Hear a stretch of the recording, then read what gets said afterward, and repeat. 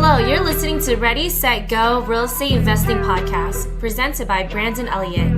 This show will be going over all aspects of real estate investing and is intended to educate, motivate, and prepare you to take action on your first or next real estate investment. For more information, please visit BrandonElliottInvestments.com. Thank you for listening and enjoy. Welcome back, everyone, to Ready, Set, Go Real Estate Investing Podcast. I am your host, Mr. Brandon Elliott. I'm excited today. We are going to jump into some detailed KPIs. KPIs, baby. Come on. We're talking about wholesaling. We're talking about investing in real estate. And Omar has been a boss in the game the last couple of years, growing, scaling, really perfecting the KPIs. I was chatting with him before we started going live here and recording, but I've heard his name come up in multiple groups that you would want to be in those groups first off, but also getting praised up because this guy has really dialed in the KPIs. So it is a no-brainer to have him on to be able to share his story and really get the information out there for you as the listeners to be able to selfishly soak it up, take action on writing down the notes, and be able to network with him afterwards to be able to really grow and scale your business. So, Omar Lopez, what is happening, my friend? How are we doing today? Hey, what's happening, bro? First of all, thank you for the introduction. Thank you for having me on. I'm honored to be here. First of all, I want to start off with that, just thanking you. Yeah, of course, dude. I mean, you rightfully earned it by all means. You've been working your ass off to grow and scale. Talk to me. It wasn't so easy as it's getting to be more simplified now with the business and system that you have in place at this point. Everything that you've built up over the years. When did you start? How did you start? What's that, that 30,000 foot view for all the listeners that don't potentially know you or your story? Absolutely. So let's go ahead and give our listeners a ton of value. Let's go ahead and give them some action steps so that they can walk out of here with some golden nuggets and they can implement, in their lives. So my name is Omar Lopez. I'm 29 years old. I live in Miami, Florida, and I'm originally from Palm Springs, California. I've been living in Miami for a year and a half, and it's been a challenge. It's been a challenge to get me where I'm at today. I've been doing this for 6 years. For those of you that don't know, I used to be in the landscaping industry.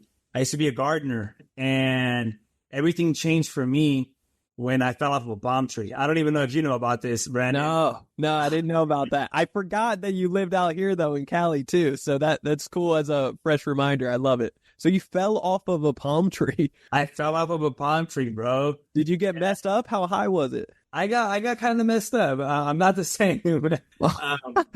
Oh, man. So how high was it? It was like 15 feet. It wasn't super high. I was halfway through the palm tree. There used to be a tree climbing method where you climb up one palm tree. And you've probably seen this out there in San Diego where there's a bunch of palm trees. They climb up to the middle one, the highest one. They trim that one. They hang with a harness, a huge like lasso. Yep. And then you swing from one palm tree to the other one so you don't have to climb up and down every single one. So it's a practice that I was very used to. And I used to swing from these palm trees like nothing. That's how I grew up. I went to school, I graduated, went to college and everything, but my dad had me working since I was 6 years old. So, because my dad's a Mexican immigrant and he's been working since he was 6 years old. So, as soon as I was capable, he brought me to go do the gardening route with him. And every Saturday I used to go work with him. So hard work was instilled upon me ever since I was a child. Oh, yeah. I had my own little gardening route, and then I started trimming trees because it's what paid more because it's riskier, right? You got to climb up these trees. Being an arborist, you get paid a little bit more. So this one time that was the start of my entrepreneurial endeavor because I was already a little bit of an entrepreneur before that, but what happened was I quit my job. I was at a job for a year and a half, and it was palm tree season, and during palm tree season in June, you make a little bit more because it's in high demand. Everybody's trying to trim their palm trees in Palm Springs. Yeah. So I quit my job. I bought my own tree trimming equipment, bought my climbing spikes, my new chainsaw and everything. I remember being a little nervous. I said, oh man, what's going to happen when palm tree season is over? And I said, you know what? If I have to, I'll go get another job or whatever it is, right? So I went out on a limb, literally. And busted your ass. I bought my own gear And 3 days later, bro, I fucking fell down. Oh, excuse my French. No, you're good. You're good. Be yourself. Man, that is tough.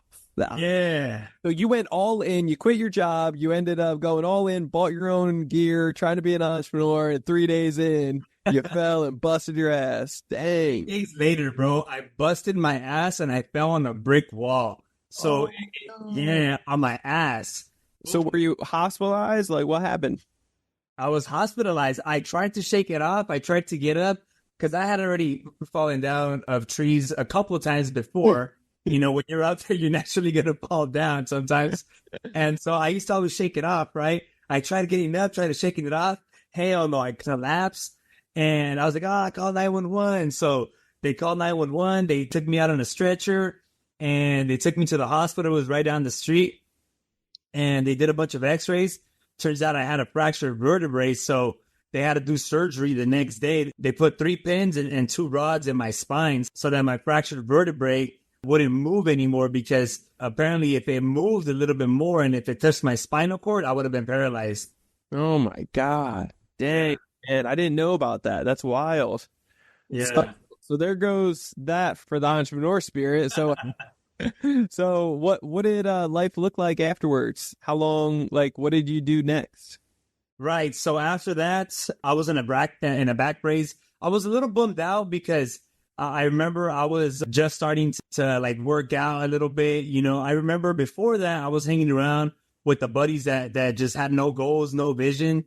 And I remember trying to change and become a better person. And it really helped. I think that was probably God's way of telling me, like, you have to pay for all your lessons, or if you really want it, this is it. Whatever it was. So or the devil trying to hold you back from your true potential. That's what it was. Yeah, bro. So I remember going to HVAC school. I knew some guy that was doing HVAC services. So I went back to college and I got my certificate. I got it really quick. And then I started hanging around with a crowd that was no good again, a little bit, right? And then I had a turning point where I said, you know what? I don't want to do any of this shit. I was tired already, you know? So I said, I want to be an entrepreneur. I want to be rich. I remember the mindset that I had at the time. And I went on YouTube, started watching a bunch of YouTube videos. I went to the public library, you know, and at that point, I didn't have the back brace no more, but I started getting all these books. I started reading, you know, and I stumbled upon a couple of Robert Kiyosaki's books, and I was introduced to real estate, and I seen more real estate on YouTube. And for me, honestly, it was Rich Dad Poor Dad that kind of changed my mindset. You know, it was a paradigm shift more than anything. So he was talking about living the life that you want, you know, creating your dreams. And I was like, you know what? That's what I want to do. I want to create the life of my dreams. I don't want to work for anybody else. And you know what? I think it's going to be real estate. I can buy houses, collect income, and I don't have to reinvent the wheel. I don't have to reinvent a gadget or anything like that. At the time, there was also... Go ahead. Did you have any friends, family that was doing real estate, or like anybody that motivate you in your circle for real estate? Nobody, bro. Nobody was around me. So how did you get that planted seed? You just like, hey, common sense. It's like, hey, I'm paying all my money to the landlord. They're getting good, you know. Like, what was that mindset? How did that seed kind of drop? Yeah, no, it was just I kept seeing real estate everywhere, like on YouTube ads and Robert Kiyosaki and all that. And I knew that I was like smart enough to. I'm connecting the dots at this point, right? You know what? I got to pick one thing, right? There was e-commerce, crypto. I lost some money in crypto, drop shipping and all that. And then I kept seeing real estate. And I was like, you know, I had heard about real estate or like realtors for sale signs and all that, Coldwell Banker, but never really paid much attention to it. You know, I come from a regular background. Sure. And I said, you know what? I think I could do this real estate thing. You know, I don't got to reinvent the wheel. No external influence, no family, no friends. I said, this is what I'm going to do. So right then and there, I started buying a couple of courses on real estate, just diving into it, going to meetups, going to seminars, going to more meetings, reading more books, and it just all started snowballing from there. I love it. So what year was that? That was 2000. I fell down from the palm tree in 2017, and I got into real estate in 2018. Love it. Okay. And then what was the strategy for real estate that caught your eye? At that time, it was wholesaling. Everybody was talking about wholesaling, right? Oh, you know, no money, or I had a little bit of money, but it was like what seemed easier to approach at the time. So Okay. it was wholesaling, and I tried doing a little bit of wholesaling, and then I actually ended up landing on mobile homes for a while. For a while, I was the mobile home guy in my town, and I flipped a bunch of mobile homes. Really? Okay, cool. And so, I mean, you're still doing wholesaling today. Did you switch up any strategies throughout that period of time? Yeah, so what happened was that I started driving for dollars. I started cold calling a little bit, almost landed in my first couple of deals, but didn't get lucky. Yeah. And then I started doing mobile home flipping, and I started flipping all these mobile homes. I started doing a bunch of notes, carrying back the financing with the notes, and I collected a bunch of those. But then after a while, I said, you know what? I kind of realized that mobile homes wasn't actually real estate investing, right? Because they're private property. But I did a bunch of those, flipped them, and then I said, you know what? I want to be a real estate investor. I want to do things that have the land, right? Yeah. So then from there, I bought a couple of houses, and then we did a refi on my dad's house. We bought a couple of houses with that money, and then I started buying my own properties in Palm Springs. I did pretty well in this one mobile home park where you own the land. And I bought a bunch of properties in there, started doing deals in there. And then I stopped doing the mobile home deals. You know, I started asking myself, what do I want to do? Do I want to keep flipping mobile homes or get into real estate? So I started progressing from there. And then I started holding on to a bunch of properties. I had maybe like 12 properties at one point. So I had a portfolio, that had over a 7-figure in net worth. But then I was becoming cash poor, right? I had equity, but not so much cash. So then It's all tied up. It's all tied up. So from there, I said, you know what? All right, I got to take a different approach now. I'm going to focus on building my business for generating cash flow with wholesaling and flipping so that I can just create a machine, right? A machine that's just automatically with systems and processes, just generating cash so that from there, I can buy more rental properties. I love that. Yeah. So talk to me. Let's jump into marketing and KPIs, because I think you're like one of the best at it and really dialing in. And let's be really blunt here. When it comes down to all businesses, it's all data-driven decisions that should be being made. Unfortunately, a lot of people out there, they make a lot more decisions on their business with their gut or, their feelings, or just, throwing shit at the wall, and seeing whatever sticks. And what we at Credit Counseling Lead, and even in our real estate business, as well as you have come across, is really the book Traction, the EOS, methods, and really being able to focus on KPIs. So I want to kind of dive into first marketing, on how you guys are bringing in leads. You have a team of about 8 people currently. I want to break down that, and then how you guys are kind of addressing high level type of KPIs. Absolutely. So in terms of marketing, we're 100% PPC. So Really? Yeah, only PPC. Okay, cool. Why is that? It's the hottest lead in the industry, Okay. or one of the hottest leads in the industry. Now, in your area, or do you think nationwide anybody could be crushing it with PPC right now? Because I know certain areas, certain marketing strategies can be more beneficial. Honestly, because I know that you could do like radio or TVs and all that, and that's inbound marketing. Sure. But when it comes to PPC, it's something that anybody listening to this podcast can go out there and implement, figure out themselves, and they're going to start generating leads that are hot and ready to go. Okay. So we don't do any more outbound marketing. We used to do cold calling, but we don't do that anymore. Everything that we do is all PPC driven. People call us, we get maybe 8 leads per day just calling us, ready to get the property sold. Some of them call in. So we started doing that about a year ago, actually. And that's when we really started seeing different results, because we were doing cold calling at the time and we transitioned to PPC. And once we made that change, man, everything started changing after that. So, yeah. Talk to me. So when it comes down to PPC, what does that look like specifically? You guys are, really focusing on SEO and paying kind of like Google ads to be able to boost out things, or what does that look like? Yeah, so it's on Google ads. We don't do SEO. You just got to pay to be the top sponsor on Google, right? People search up, sell my house, cash buyers near me, or whatever it is. Depending on the area, that's where, and depending on who else is bidding at the time, it depends on how far up we're going to show up. We run ads in 7 different states right now. Oh. And slowly, by the end of this year, we're only going to be in Florida. That's going to be our 1-year plan. So when you're spread out a little bit further, your cost per lead is lower because you're making Google not work as hard. If I was only going to be doing PPC in South Florida, man, my cost per lead would probably come in at around $400 per lead. Right now, our lead is at about $75 to $80 per lead, spread out across 7 different states. Love it. Yeah. Awesome. And then, so you're bringing in about 8 leads per day. You have a team of how many callers or like people that are answering the phone? We have 2 closers. We just hired a 3rd one.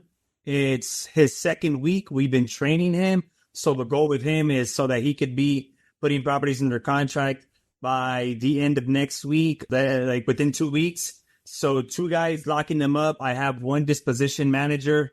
His name is Stefan. Yeah. And he's also in charge of the transaction coordination department. I have a transaction coordinator assistant that works directly under him. She's a VA, and she's the one handling all the paperwork, dealing with the title company.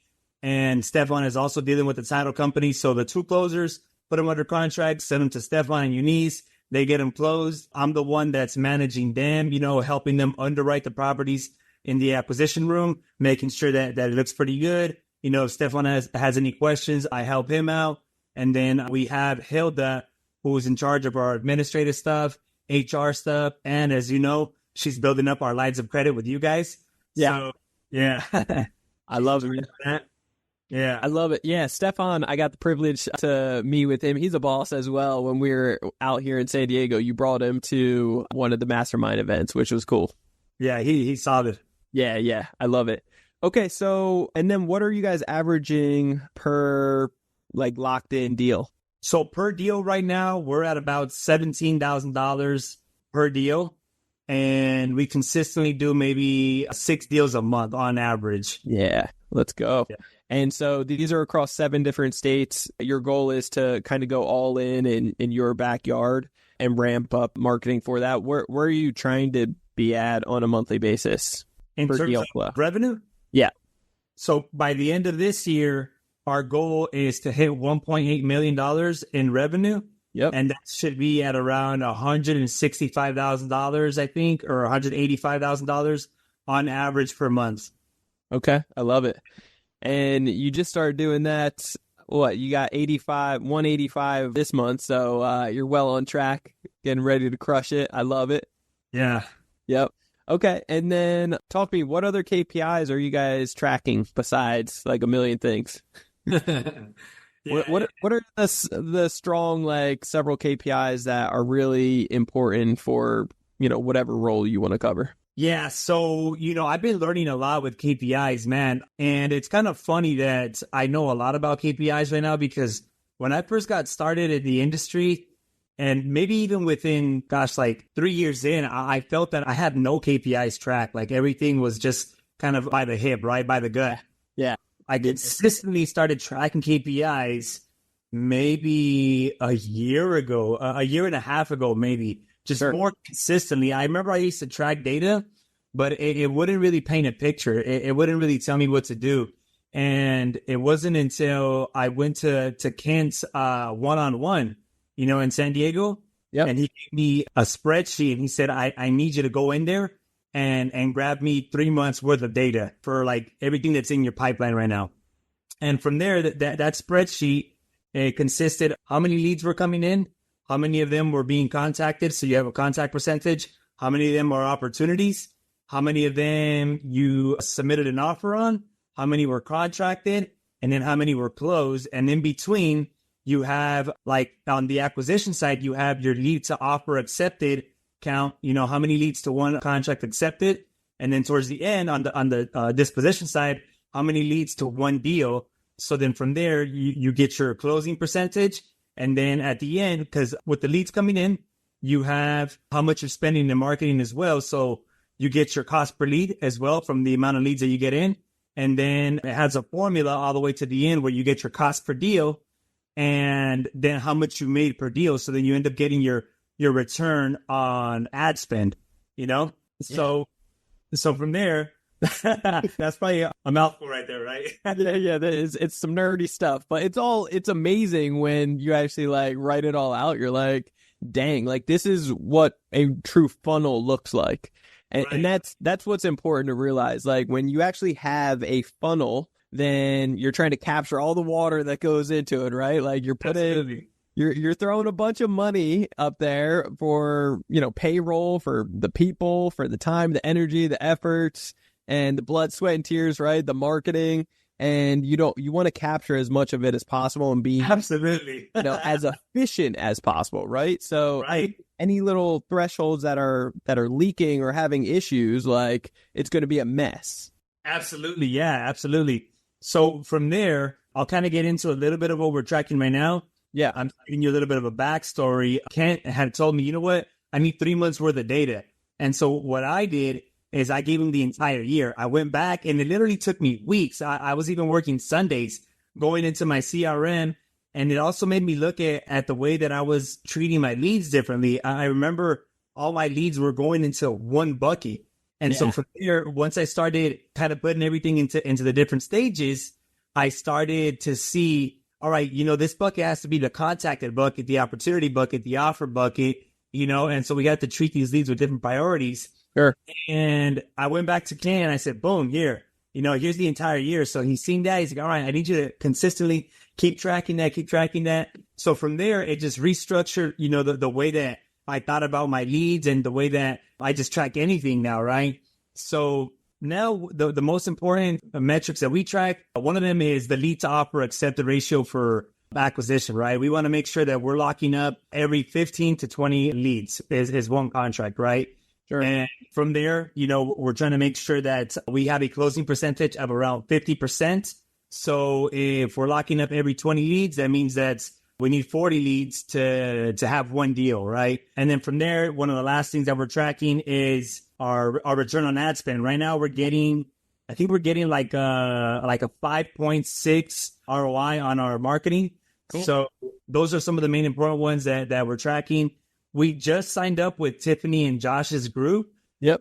So we're part of their mastermind. We're part of the small group, and they're actually introducing a new metric which we started implementing into our company, and it's a little bit different. What kind of metric? We're the most important things that they're tracking is like how many offers to one contract, right? So you want to see if there is a certain amount of offers. If you're like at a 5 or 6 offers to one contract, that means that you might have a conversion issue. That's probably too many offers to one contract. So right now we're hovering at around a 3.4. So we're measuring our closers all-time performance individually. I have one guy that at an all-time performance, he delivers 2.5 offers to one contract. And lately he's been hovering at around a 3.8. So from there, I could see that he might having a conversion issue. So from there, on my weekly one-on-ones, I'll go in there and I'll listen to his call recordings and I'll see what's going on in his offer calls to see, all right, you could have said this, maybe you shouldn't have said that. And another metric that we're implementing with them is how many, what they call process calls to one offer, because basically it's like a 2-call process. You process the lead, kind of learn about them, and then you call back to make an offer. So they track the ratio of how many process to offer. So from there, that could be another red flag, where if there's too many process calls, then that means that there could have been more offers in there. So you got to go back and listen to their process calls to see, all right, which lead that you process could have deserved an offer, and why didn't you make that offer? And so those are some red flags. I'm starting to implement more one-on-ones with my guys. That's something that I learned with Tiffany and Josh, where I listen to their call recordings. Yeah. And every Monday, 1 hour, 45 minutes, sit down with me. Let's go over your metrics. Ultimately, what we care about is another metric is just having the projected revenue, right? Every single week. If the projected revenue is not there, then you go and you see the process to offers to contracts, and then you get to see where the red flag indicators are. I love that. How much are you guys spending on marketing currently? We spend about $20,000 a month. $20,000 a month. Is there any reason? Are you still kind of ramping it up, slow and steady, or what does that look like? Yeah, slow and steady. We found right now 20,000 is optimal because that's 240 leads per month. And we can't give our guys right now, the true closers, we can't give them like any more than 120 leads per month because they naturally just can't handle it. Because if you give them too many leads, they'll start falling through the cracks, and then their lead to offer accepted ratio will go up, which lets us know they're probably overwhelmed and they can't treat every lead with respect. Gotcha. So, and that's another reason why it's all data-driven decisions. So, like, Exactly. you don't want to be pissing money away, and you also want to realize when is the right time to start hiring on somebody, and also ramping up at that right time frame when that person can start taking some leads, so that you can transition properly to not have the guy standing around, but also like making money for the team, right? Absolutely. I love it. Talk to me, what kind of learning curves have you come across while deep diving into these KPIs? It's, there's a bunch of things to say behind learning curves, but I think once we hear about them and acknowledge them and see there's so many learning lessons just learning from what you've already gone through, right? Like, I know not to climb up a tree. I just know that, That's some good data right there. That's some good data. But what can you share with any of the listeners as far as KPIs and learning curves? Yeah, I think another KPI that is very important to track is, your profit and loss, right? Your profit and loss is another KPI that once you start doing more deals and money starts coming in, one learning curve that I had was, not having that stuff tracked, right? Or not tracking it properly. So right now, in our QuickBooks, we track every single expense and it goes to a specific property. Any deal that we're working, if we paid a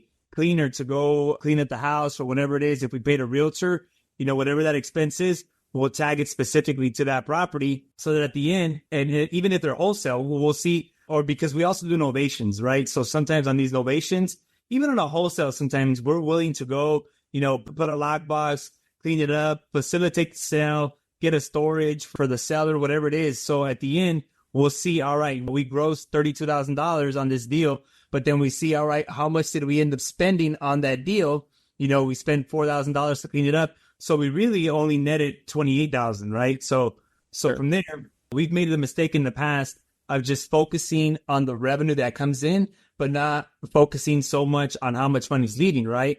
And so it's easy to just swipe the card, right? We come across a problem and we say, oh, you know what? Just pay for it. One of my good mentors, Peter Fortunato, he said, don't pay your way through problems, think your way through problems. So I tell that to my team. I tell that to Stefan, hey, the seller's kind of complaining that, they expected this to get done. And in the past, it's like, oh, you know what? Just give them a concession, right? Or, yeah, you know what? Let's just pay for it. And it's like, no, you know what? Let's think, what's the solution around that, right? That's $2,000 right now, $1,000 right now, but it all adds up, right? So at the end of the day, we can get carried away with spending an extra $10,000, and that just eats up into our profit. So that was a big learning curve for me, not having all my QuickBooks tracked. And I'm pretty proud of them now. I'm actually gonna hire a fractional CFO to make sure that they help us implement even further other graphs, other charts that can connect to my profit and loss, to my balance sheet, so that I can paint a better picture and have somebody backing me up with that, giving me weekly reports so that I can focus on growing the rest of the team. And I have somebody backing me up on the financial side. I love it. What is you just talked about your next hire. What does the plan look like for the future for you guys? And how many other hires do you want to take on in the next 12 months? So right now on our radar, we're going to hire a VA that's going to be like a disposition assistant. Yeah. We're going to hire another VA that's going to help us with data and KPI tracking and all that stuff. They're going to back up a current VA that I have. I have one VA. He's a rock star, and he's the one that puts all my reports for the KPIs. He also has them hooked up to a dashboard called Plecto, and it's connected directly to my CRM. So we play the TV in our acquisition room, and we could see how many leads came in, how many offers, projected revenue, who's first place, second place. So he needs some help. Another junior acquisition to help out the closers that we have right now. And then I think the last hire would be another disposition manager that can replace Stefan, so that Stefan can manage all of them. And then I can kind of take a step back and report directly to Stefan, so that I can give him all the tools and all the resources that we need to just continue to scale. I love it, man. That's so exciting. That's awesome, dude. I know you've been through a lot, and it's not easy building any business. So it's incredible to see where you guys are at right now, what your goals are ahead, and you're like very confident and bold on like, you know, we're getting there, and I know it. And it's because you have, you know, KPIs dialed in properly. You have the right SOPs and everything. What, you know, EOS, basically, let's talk about it for a second. It's definitely helped change the trajectory of like our business and our lives in so many ways. Talk to me about it for you guys. Yeah. So with EOS, I read it a couple of times, like last year. I remember everybody talking about it even before that. Traction. So I read it last year. I think I read it like 2 times. But then after I read it the second time, I realized, you know what? I'm not going to get anything out of just reading it another time. I actually have to implement, right? Mm-hmm. So it's one of those books that you really just have to implement. So from there, I started reading it with Stefan, and the hustler side of me, when we were pretty much done with the book, we were devoting 1 hour a day to reading it and implementing it in the company. I remember there was a moment where we probably didn't have, you know, enough deals on the board. And I told Stefan, I said, you know what, Stefan? Man, you know, we got to get back on the phone. We got to get some more deals. Let's put traction to the side. You know, it can wait. You know, I'm not saying like forget about it forever, but, you know, we'll just come back to it. And he didn't like that because Stefan is that type of guy. He's you know, I'm the visionary, right? I'm just like, you know what? Let's just go, bro. Let's just get it done. You know, whatever it is. And he's like, hey, hold on, you know, take a step back. Let's see what we have to do right here. You know, have you thought about it like this? And it's like, oh, damn, you know? So from there, he didn't like it. And he's like, are you sure? And he tried to talk me out of it. And I said, he's like, you know what? It sounds like you already have your mind made up. I was like, yeah, I kind of have my mind made up. And he's like, all right, whatever. So we went to Austin boardroom, and everybody was talking about traction at that time in Austin. And everybody was saying, oh, EOS this, EOS that. It changed my business. And I took Stefan with me to Austin, and I looked at my business. Yeah. I was probably bragging about it there too. Yeah. Oh, you were? There you go. You were another one. So I looked at Stefan, and I was like, all right, Stefan. All right. You won. You know, like we're going to implement it. Well, at that event too, there was a speaker about EOS, wasn't there? Yeah, so it's like, it was like, boom, confirmation so many times. It was right there. I was like, all right, bro, you won. Like, we're going to implement it. So we came back. Cool. And gosh, you know, so we started actually implementing it little by little. Yeah. We already had some KPIs like that we were tracking. But we developed our scorecard, right? We developed our core values. You know, we took everybody through the GWC. Did you guys hire on an EOS implementer? We were going to, and we interviewed 2 implementers, and we also interviewed with Harper, or Sharper Solutions, because we had heard good things about them, and supposedly they were better than Traction, so we wanted to see what they were all about. But ultimately, what we decided to do, we signed up with Tiffany and Josh, because that was a pretty big commitment as well, you know, a monetary commitment. So we couldn't spread ourselves thin everywhere, and we just felt that Tiffany and Josh, like their group, was really what we wanted at that time. So we went with them, and we've continued to self-implement ourselves. And I think the biggest one that has been very effective is you know, the weekly meetings, right? The weekly meetings, we have them every Wednesday. In the beginning, it was a little challenging because, you know, everybody was addressing the issues openly that we had. And as the leader, you know, I'm the one who takes responsibility at the end of the day for anything that happens in the organization, right? So, you know, just everybody having to address these issues. And it was a big growth phase, right? It was pretty uncomfortable just having to iron all this stuff out. And then from there, you know, just started gaining traction, if you will. And now, you know, it's like, all right, let's have these meetings. Let's talk about it. You know, I think we just had one of our highest ratings. We've only had an 8.3 so far, but it was one of our highest ones in like this entire time that we've been doing it, right? So we also had our 1-year meeting in December. You know, we all just sat down one day. Nobody was like working in the business. Everybody was on it, just planning, right? We also developed our 10-year vision, our 3-year plan, you know, our 1-year picture. And then from there, we just rolled it out to everybody. So that was a lot of fun. We're going to have our quarterly meeting in a month from now, I guess. And Yeah, it's just been self-implementation. It's been a game changer because now we have more structure. It's more legitimate, right? It's not like, all right, you know what? Let's just kind of get it done. Yeah. We'll just say that for later on. What's the issue? Let's address it. Yeah, that's good, man. We just had our quarterly meeting this past Monday and had the whole team fly in. And man, it's such a good like bonding experience for the culture, but also it is something to get everybody on the same page, clarity, and great communication to expose everything, not be shy about it, leave it all on the table, and also like really solve some heavy, big problems. And it's incredible to see when everybody is accountable for something, because that was a big issue in our company for a while. Like, who's responsible for what, and everybody was doing multiple things, and it was just like, it was just a mess, So those meetings, I can definitely agree, but just the structure and everything else afterwards, it's game changing. So I definitely love it, man. There's so much amazing things that you guys got going on, and yeah, I'm just excited for you guys, and the future is definitely bright for sure. Where do you see the company going in the next few years? I know this year you're looking to take territory on like 1.8 million or so. Yeah, 3 years from now, our goal is 4.5 million. Cool. 4.5 million. We plan on doing that with probably 4 closers, 2 disposition managers, a marketing guy.